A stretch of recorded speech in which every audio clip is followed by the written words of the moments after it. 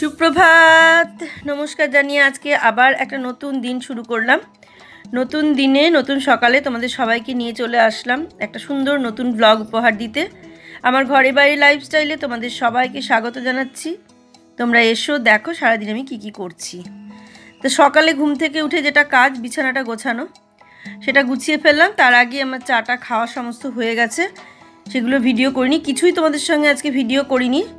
সারাদিন কোনো ভিডিও নেই। এর আগের দিন আমি রাত্রিবেলায় গ্যাসের হবটা ক্লিন করেছিলাম, পুরো ডিপ ক্লিন।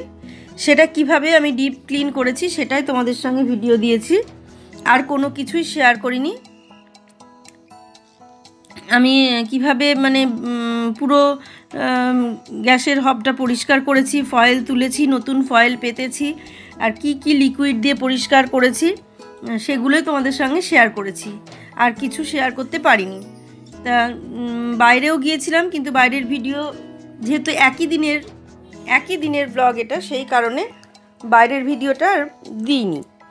কিন্তু বিছানা তোলা থেকেই তোমাদের সঙ্গে শেয়ার করলাম, বিছানাটা গোছানো থেকে। তো বিছানাটা গুছিয়ে নিয়ে তারপরে আমি আর সারাক্ষণ যে কাজগুলো করেছিলাম সেগুলো মাঝে মাঝে পরপর দুদিনে দুটো ব্লগে দিয়ে দিয়েছি। আর শুধু গ্যাসের এই হবটা ডিপ ক্লিনটা আমি এটা দিয়েছিলাম না, তার কারণ অনেকটা বড় হয়ে যাবে ব্লগ, সেই কারণে ওটা দিইনি। আর এমনিতে আমার ব্লগ বড় হয়ে যায়, সবাই আমাকে বলে যে বড় হয়ে যাচ্ছে ব্লগ, বড় হয়ে যাচ্ছে, ছোট করে দাও, আমাকে সবাই বলে। কিন্তু আমি চেষ্টা করি, তবুও এডিট করে করে এখন চেষ্টা করছি, এটা আজকে দেবো না, ওটা আজকে দেবো না, ওটা পরের দিন দেবো, ওটা রেখে দিই, এরকম করে করে রেখে আমি ব্লগ ছোট করার চেষ্টা করছি। আজকে যেমন কিছুই দিইনি, আমি দেখলাম এর সঙ্গে যদি আর কিছু দিই তাহলে ব্লগ আবার বড় হয়ে যাবে, আবার সবাই তোমরা বলবে যে বড় হয়ে যাচ্ছে ব্লগ। সত্যি বড় হয়ে গেলে একটু দেখতে অসুবিধে হয়, কারণ অতক্ষণ টাইম নিয়ে দেখা বা চালিয়ে রাখাটাও একটা ব্যাপার। একটা ফোনে যদি চালিয়ে রাখা যায় তাহলে সেই ফোনটাও আটকে থাকে, এটাও একটা ব্যাপার। আমি সবই বুঝতে পারি, কিন্তু হয়ে যায় আমার। কোনো দিন চেষ্টা করি ছোট করে দিই, আবার কোনো দিন চেষ্টা করলেও ছোট হয় না। যে এমন কিছু থাকে যেগুলো দিতেই হয়, যেমন পুজো যেদিন করি সেদিন ধরো পুজোর ব্লগটা আমি কিছুতেই ছোট করতে পারি না। ওটা কোনটা বাদ দেবো বলো, কোনটা থেকে কোনটা বাদ দেবো? ঠাকুরের পোশাক পরানো, ঠাকুরকে সাজানো, ঠাকুরকে স্নান করানো, তারপরে ফুল দিয়ে সাজানো, ফল দেওয়া, প্রসাদ দেওয়া, ভোগ দেওয়া, সমস্ত কিছুর মধ্যে কোনটা যে আমি বাদ দেব সেটাই আমি বুঝতে পারি না। সেই কারণে বাদ দিয়ে উঠতেও পারি না, আর ব্লগ আমি ছোটও করতে পারি না। পুজোর ব্লগগুলো যেমন অনেকটাই বড় হয়ে যায়। যেদিন কাজগুলো একটু বেশি করি সেই কাজগুলো আমি দেখবে স্পিড করে দিই বেশিরভাগ ক্ষেত্রেই। তবে আজকে যেহেতু আমি একটাই দিচ্ছি, তাতেও দেখবে স্পিড করা আছে, কারণ এই শুধু গ্যাসের এই হবটা আমি ক্লিন যেটুকু করেছি সেটা প্রায় 12 মিনিট, 11 মিনিট 47 সেকেন্ড সেকেন্ড হয়েছে আর কি আমার এটা এডিট করাটা। কিন্তু আমি সময় লেগেছে আমার প্রায় 1 ঘন্টারও বেশি, 1 ঘন্টারও বেশি টাইম লেগেছে আমার এগুলোকে একদম ডিপ ক্লিন করতে। তবু আমি দেখিয়েছি যে কিভাবে ডিপ ক্লিনটা করেছি, সেটা আমি দেখিয়েছি। কিন্তু সেটা একটা কাজ আমার অনেকটা করে টাইম লেগেছে, সেটা তোমাদের সামনে হয়তো আমি 30 সেকেন্ড বা 40 সেকেন্ড, কোনোটা হয়তো 7 সেকেন্ড, 8 সেকেন্ড, এরকমভাবে একটা পার্ট একটা সেকেন্ড করে ভাগ করে দেখিয়েছি। যে প্রথমে আমি যে নোংরাগুলো টিস্যুর ওপরে, ফয়েলের ওপরে ছিল, সেই ফয়েলটা যখন তুললাম তখন এর ওপরে আবার পড়লো। কিন্তু গ্যাসের হবটা দেখো পরিষ্কারই থাকে, যেহেতু ফয়েলটা পাতা থাকে সেই কারণে পরিষ্কারই থাকে। শুধু যেটার উপরে গ্যাসের ঝিকগুলো বসানো থাকে সেই ঝিকের জায়গাগুলো একটু নোংরা হয়, কিন্তু তবুও সেটার একটা লিকুইড আছে, 2 প্রকার লিকুইড আছে। একটা মাল্টিপারপাস কিচেন ক্লিনিং আছে, আর একটা আছে সেদিন আরবান কোম্পানি পরিষ্কার করতে এসেছিলো, ওই আরবান কোম্পানি থেকে আমি নিয়েছি, সেটা হচ্ছে সুইপ্রো না এরম টাইপের কিছু একটা হবে। তা ওটা দিয়ে একটুখানি ভিজিয়ে রেখে দিলে ওই জিনিসটা দেখছি আমি কাঁচে দিলে কিছু হচ্ছে না, এই গ্লাসটার ওপরে যদি পড়ছে তাহলে কিছু হচ্ছে না। কিন্তু আমি যেটা মাল্টিপারপাস যেটা অনলাইন থেকে নিয়েছি সেটা কিন্তু এই গ্লাসের ওপরে পড়লে সাদা সাদা দাগ হয়ে যাচ্ছে। ওই নবের ওপরে আমার সেদিন একটু পড়েছিল আর সঙ্গে সঙ্গে দাগ হয়ে গিয়েছে, সেই কারণে ওটাতে আমি একটু ভরসা কম পাচ্ছি। খুব সাবধানে ওটা দিচ্ছি, কিন্তু ওটা দিলে কি হচ্ছে যে কালো যে ব্যাপারটা সেটা খুব তাড়াতাড়ি ক্লিন হয়ে যাচ্ছে। ওই কালোটা এত সুন্দরভাবে ক্লিন হচ্ছে, মানে চকচক চকচক করছে, আর টিস্যুতে ক্লিন মানে কালো ভাবটা উঠেও চলে আসছে। সেই জন্য ওটা দিয়েও করলাম, আবার এইটা দিয়েও করলাম, দুটো দিয়েই দুরকমভাবে করলাম। এটা দিয়ে টেওয়ালগুলো করলাম, মানে ওয়ালের যে টাইলসগুলো আছে সেই টাইলসগুলো বেশ সুন্দর পরিষ্কার হলো। এমনকি যে সানমাইকা দিয়ে এটা পরিষ্কার করানো আছে, মানে রাখা আছে, সেই আটকানো আছে ওই জায়গাটায়, চিমনির জায়গাটা, সেই সানমাইকাগুলো খুব সুন্দর পরিষ্কার হয়ে গেল। তাই দেখছি যে এমনি আরবান কোম্পানি থেকে এত ভালো হয় না, ওরা নিশ্চয়ই ভালো জিনিসই আনে। সেই কারণে আমি ওই দাদাকে বলেছিলাম যে আপনি আমাকে একটা এই জিনিস এনে দেবেন। তা উনি সত্যি এনে দিয়েছেন, কিনেই দিয়েছি যদিও। খুব সুন্দর, খুবই ভালো জিনিসটা। কারণ অনলাইনে পাওয়া যায় কিনা আমি জানি না, এটা ফুরালে দেখবো, ওটা সার্চ করে যে অনলাইনে পাওয়া যায় কিনা। এই যে লাল কোটোটা তোমরা দেখতে পেলে না, আমি পরে এক সময় ভালো করে দেখিয়ে দেবো তোমাদের। এই যে টাইলসগুলো, এই ওয়ালের টাইলসগুলো এত সুন্দর পরিষ্কার হয়েছে। একটু ভিজিয়ে রাখতে হয়েছিল, যেটা শেয়ার করতে পারিনি। আর উনি বলেছিলেন যে হাতে গ্লাভস পরে করতে, কারণ তবে এখন দেখছি যে হ্যাঁ, গ্লাভস পরে করলে হাতের কষ্টটা কম হচ্ছে। হাতটা মানে যেতে জ্বালা পোড়া করা বা কীরকম একটা হয়ে যেত স্কিনগুলো, সেটা হওয়া, এগুলো হলো না। তা সেই জন্য ভাবছি এখন থেকে আমি ওই পরেই, গ্লাভস পরেই করব। ওখানে দেখছি যে পাল্লাটা লাগেনি, কারণ ভেতরে একটা কোটো আছে, যে কোটোটা সামনের দিকে কোথায় বেরিয়ে আছে, সেই জন্য পাল্লাটা লাগেনি। পরে ওটা ঠিক করে দিয়েছিলাম। তা এই যে সানমাইকাগুলো দেখছো সাইডে, আমাদের বলেছি না চিমনিটা আমাদের চেঞ্জ করতেই হবে। চিমনি চেঞ্জ না করলে খুব বেশি সমস্যা হচ্ছে, কারণ সাকশানটা খুব কম আছে, ঠিক সেই কারণে টানছে কম, তাই চারিদিকে ধোঁয়া টোয়াগুলো লেগে যাচ্ছে। সেই কারণে চিমনিটা আমাদের চেঞ্জ করতে হবে, কিন্তু সেটা রিটার্ন না করলে আমাদের চিমনি চেঞ্জ করা যাবে না। কারণ একটা চিমনির অত টাকা দাম, 60-70 হাজার টাকা দাম, একটু ভালো নিতে গেলে তার থেকে বেশিই দাম, বেশি সাকশানের বেশি ভালো নিতে গেলে আরও বেশি দাম পড়ে যাবে। তবে কিনতে গিয়ে কমা জিনিস কিনে আমি কি করব বলো? সেই কারণে কিনতেও পারছি না, যে থাক যেভাবে চলছে চলুক। যখন চিমনিটা কিনবো তার আগে কিচেনটাকে ভালো করে আরবান কোম্পানিকে দিয়ে ক্লিন করিয়ে নিয়ে তারপরে চিমনিটাকে চেঞ্জ করব। মানে কারণ চিমনিটা চেঞ্জ করার এখন যদি আমি ক্লিন করি, আরবান কোম্পানিকে দিয়ে যদি আমি পুরো কিচেনটাকে ক্লিন করিয়ে নিই, তারপরে আবার রান্না হবে, আবার যা নোংরা তাই হবে। তার থেকে একবারে পরে ক্লিন করাবো, তাহলে মানে কি চিমনিটা লাগানোর পরে করাবো, যাতে নতুন চিমনি লাগানোর পরে ক্লিন করলে কি হবে, আর নোংরাটা কম হবে, এতটা নোংরা হবে না। কারণ ভালো একটু সাকশান বেশি দেখেই নেব। মানে এটা মনে হয় 1200 কি কত আছে এরকম, এবার নিলে 1600 কি 1800 নেব। কি কোম্পানি নেব জানি না, কোন কোম্পানিটা ভালো হবে তোমরা একটুখানি আমাকে বলো। মানে সবচেয়ে ভালো কোম্পানি যেটা তোমাদের মনে হয় আমাকে একটু জানাতে পারো।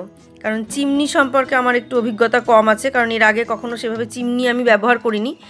এই কলকাতায় এসেই প্রথম চিমনি ব্যবহার করছি, কাজেই চিমনি সম্পর্কে আমার অতটা নেই যে কোন কোম্পানির চিমনি ভালো হতে পারে। সেই কারণে তোমাদের কারোর জানা থাকলে তোমরা বলতে পারো। আর এই হবটাও তাই, হবটাও আমি জানতাম না যে এটা ইন্ডিয়ান ওভেন, আবার মানে এমনি সাধারণ যে হবে যে মানে বিদেশি যে ওভেনগুলো হয় সেগুলোও হয়, মানে দুরকম হয়। আমাদের ইন্ডিয়ান ওভেনগুলো আলাদা হয়, হবেরই হয়, কিন্তু ইন্ডিয়ান ওভেন হবের আলাদা হয়, সেটা আমার জানা ছিল না। তারপরে তো ওই যে যেটা স্পার্ক করে মানে গ্যাসটা জ্বালাতে হয়, সেটাও আমার জানা ছিল না যে ব্যাটারি নিলেই সুবিধে, ইলেকট্রিকটা ঠিক ভরসা নাই, কখন হয়তো কারেন্ট গেল আমি আর গ্যাস জ্বালাতেই পারবো না। তা সেই রকম ওটাও আমার জানা ছিল না, আমরা শুধু ইলেকট্রিকেরই নিয়েছি। তো এই রকম একটা ব্যাপার থাকে কিছু কিছু সুবিধা। এখন যেমন ইলেকট্রিক আর ব্যাটারি দুটো একসঙ্গে বেরিয়েছে, কিন্তু আমি যখন নিয়েছিলাম তখন ইলেকট্রিক ব্যাটারি একসঙ্গে, আমি যেখান থেকে নিয়েছি সেখানে আমাকে বলা হয়েছে, বা এই কোম্পানির, যে কোম্পানির আমি নিয়েছি সেই কোম্পানির ছিল না, সেই কারণে মানে আমি নিতে পারিনি। কিন্তু আমি এবার মানে দেখব যে কোম্পানিতে হবে, যে কোম্পানিতে ব্যাটারি আর ইলেকট্রিক দুটোই আছে সেটাই নেব, আর যেটাতে ইন্ডিয়ান ওভেন আছে হবে সেটা নেব। তাহলে আমার রান্না করা সুবিধা হবে। আমাদের ইন্ডিয়ান রান্না অনেক আলাদা, তেল মশলার রান্না, এই রকম ফেন্সি হবে একটু অসুবিধেই হয়। অসুবিধে বলতে যেটা হয় সেটা একটু দেরি হয়, মানে এগুলো চ্যাপ্টা চ্যাপ্টা বাসনগুলো বসালে পরে এগুলোতে রান্না খুব ভালো হয়। যেমন ফ্রাই প্যানগুলো যখন বসাই তখন খুব সুন্দর হয়, কিন্তু কড়াই টড়াইগুলো যখন বসাই তখন একটু দেরি হয়, এই আর কি। তেতে গেলে আর অসুবিধা হয় না, কিন্তু তাতে একটু দেরি লাগে এই, তাছাড়া সেরকম কিছু অসুবিধা হয় না, ভালোই মানে বেশ সুবিধা এটাতে রান্না করা, খুব আরামদায়ক। তা আমি তোমাদের সঙ্গে কথা বলতে বলতে এই যে গ্যাসটাকে ভালো করে পরিষ্কার করে নিলাম। এরপর আমি ফয়েলটাকে পাতবো, ফয়েল পাতার পরে টিস্যুগুলো পেতে দেবো। দেখতে থাকো ফয়েলটা আমি কি করে পাতি সেটা দেখে নাও যে কিভাবে ফয়েল পাতা হয়। এই দেখো প্রত্যেকটা মানে আলাদা করে এইভাবে দুটো, মানে সরু যেহেতু এটা তো চওড়া না, সরু, তাই আলাদা করে এইভাবে একটা পেতে নিলাম, তারপরে তার উপর দিয়ে আবার ওই দিকে আর একটা পেতে নেব। নিয়ে এটাকে মানে যেখানে আমার মানে জায়গা করতে হবে, যেখানে যেখানে গ্যাস মানে ইয়ে হবে আর কি, গ্যাস বেরোবে, গ্যাসটা জ্বলবে, সেই জায়গাগুলো আমাকে ফাঁকা করতে হবে। সেগুলো আমি হাত দিয়ে কেটে দিই। প্রথম চাকু দিয়ে তা দিয়ে করতাম, এখন অভ্যাস হয়ে গেছে, এখন হাত দিয়েই ওটাকে কেটে ঠিক করে দিই। দিয়ে আবার গ্যাসের ঝিকগুলো যেগুলো আছে সেগুলো সব সেট করে দিই। এই দেখো কাটছি এইভাবে কেটে ঠিক করে দিই। তারপরে ঝিকগুলোকে সব বসিয়ে দিই। তারপরে নবের যে জায়গাগুলো আছে সেই নবের ওই জায়গাগুলো এরকমভাবে কেটে দিই। তা এইভাবে সেট করি। এখন জানি না অন্য কোনো ধরনের জিনিস পাওয়া যায় কি না এইভাবে গ্যাস ঢাকার জন্যে। আর আমি এটা ঢাকি তার একটাই কারণ, অতিরিক্ত পরিমাণ নোংরা হয়, ওই অতিরিক্ত নোংরাটা ঢাকার জন্যে আমি এইভাবে গ্যাসটাকে ঢেকে দিই। আর তোমাদের আর একটা কথা বলছি, নিচে সমস্ত পুজো হচ্ছে, মনসা পুজো, তাই ঢাক বাজছে, তোমাদের হয়তো একটু ভয়েসটা শুনতে অসুবিধে হতে পারে, তোমরা একটু কষ্ট করে ভয়েসটা শুনে নিও। তা এই দেখো এইভাবে সুন্দর করে কেটে নিলাম। প্রথম আমি দিতাম না, কিন্তু খুব অসুবিধে হতো পরিষ্কার করতে, পুরো গ্যাস এত নোংরা হয়ে যেত যে মানে পরে পরিষ্কার করা খুব অসুবিধা। আর অত পরিমাণ জল তো দেওয়া যেত না এটাতে, সেই কারণে একটু অসুবিধা হতো। তারপরে আস্তে আস্তে আমি দেখলাম যে এটা পাতবো ওটা পাতবো, তারপরে ফয়েল পাতলাম। দেখছি না, ফয়েলটা পেতে শুধু টিস্যু পেতেই করতাম আগে, কিন্তু টিস্যুগুলো এমনভাবে আটকে যেত, তোলার সময় খুব অসুবিধে হতো।